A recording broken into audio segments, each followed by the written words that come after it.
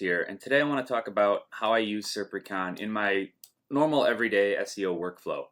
I want to do one video here for each one of these pages and talk about how I use this tab of SERPrecon in my day-to-day SEO tasks to help optimize the site or page or just how I build it into my workflow.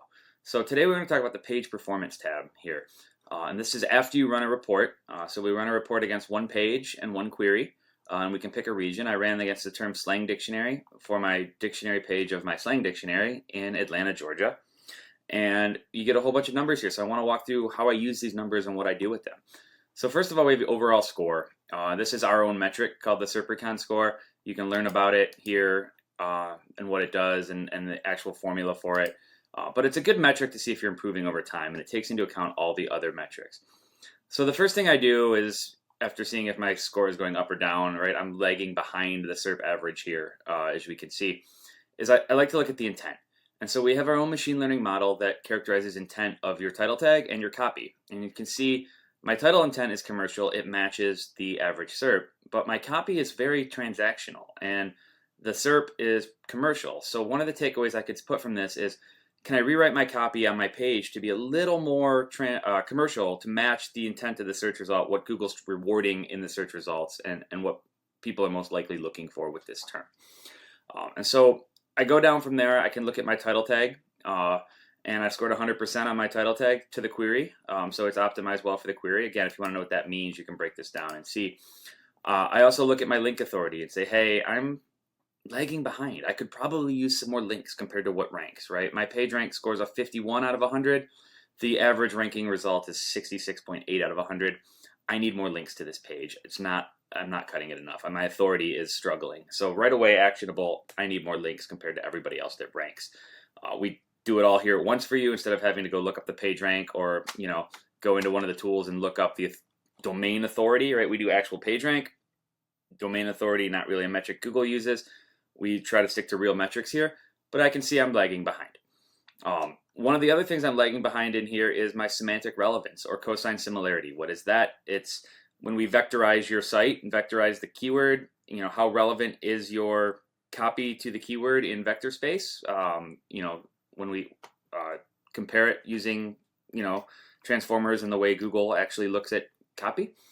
I scored 66%. That's pretty low compared to the SERP average of 72%. And we can dive into some reasons for that too. Spam score, scored okay. Our spam score is at the point where unless you're up at like 70%, you don't have to worry about it. We explain all that in here. I know 56 can look confusing, but 70% or more is time to worry. So content's not spammy. Title tag relevance, pretty good. Don't need to update that. Lexical content relevance, as in the actual words on the page. This is, we use BM25. A lot of tools use keyword density, but search engines use BM25, so we use the real metric here. Score's pretty good. So I have the word slang dictionary on the page in the right spots, but the rest of the content surrounding it, because my semantic score is low, it's probably causing a problem for me. And we can look into some more of that too. The keywords that are most relevant. So what this does is it shows you that the most relevant keywords that we extracted using BERT. And so if I click on the more here, I can see all of them. Text slang dictionary. Okay. Slang dictionary, noslang.com. Okay. But dictionary is not really present in a lot of these, right? Like location, text, king, a lot of sex words on the page, right? Text slang trending, here's some actual slang terms. We use Google's BERT algorithm to give me the most statistically relevant keywords to this page based on the content. And so one of the reasons my semantic score is so low up here is because I don't actually have slang dictionary showing up in here. I don't mention dictionary enough, or it's not statistically relevant enough to the copy of the page. Same thing with the entities. We'll show you all the entities we pulled off the page here. Slang dictionary as an entity comes up pretty good. Along with the other terms here, but it looks like my copy really needs a rewrite. It also looks like, we know word count's not a ranking factor, but everybody else has a lot more depth of content on their page, right? The average search result has 633 words, to me only 451. Page speed, this is rather lower traffic page I picked. If it wasn't, we would have page speed data here coming directly from Chrome. that shows, you know, the Google's 75 percentile of everybody that visits it.